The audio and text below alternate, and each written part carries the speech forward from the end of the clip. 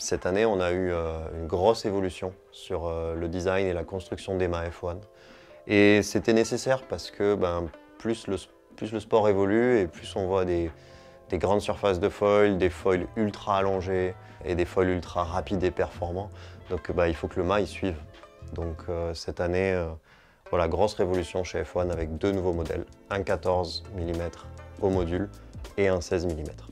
Avec un bon mât carbone bien rigide qui a une bonne connexion avec le foil, on sait exactement ce que notre foil est en train de faire, on sait exactement où il est aussi dans la vague ou dans le bump. Donc très important d'avoir une très bonne connexion avec le foil et c'est ce que va achever ce mât carbone. C'est inutile d'avoir les meilleurs foils du marché si on n'a pas un mât qui nous permet d'en profiter pleinement en fait. Au niveau des mâts carbone, c'est vraiment au niveau de la construction composite, en fait, des lay-ups de carbone qu'on va faire la différence.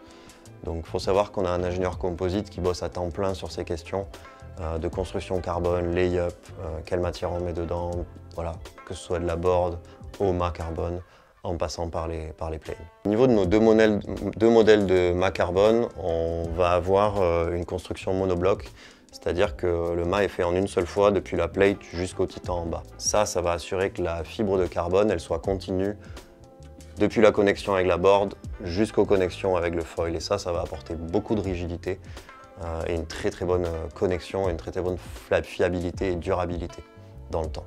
Ensuite, on a un peu une recette secrète dans la fabrication et dans l'orientation des fibres de lay-up de carbone.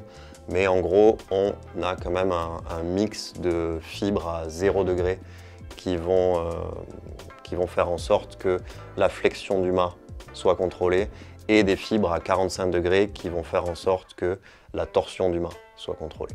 On a une corde sur ce mât qui est évolutive sur la dernière partie haute du mât.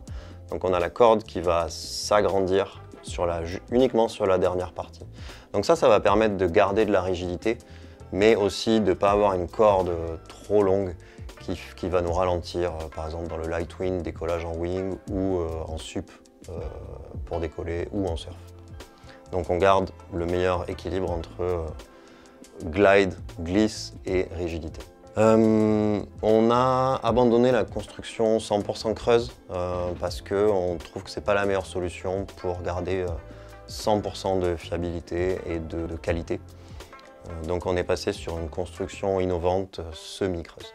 Ce mât carbone 16 mm, ça va être un mât ultra rigide qui va permettre d'avoir la meilleure connexion avec le foil possible. Voilà, pour la petite note, en termes de rigidité, il est très similaire à notre 14 mm au module.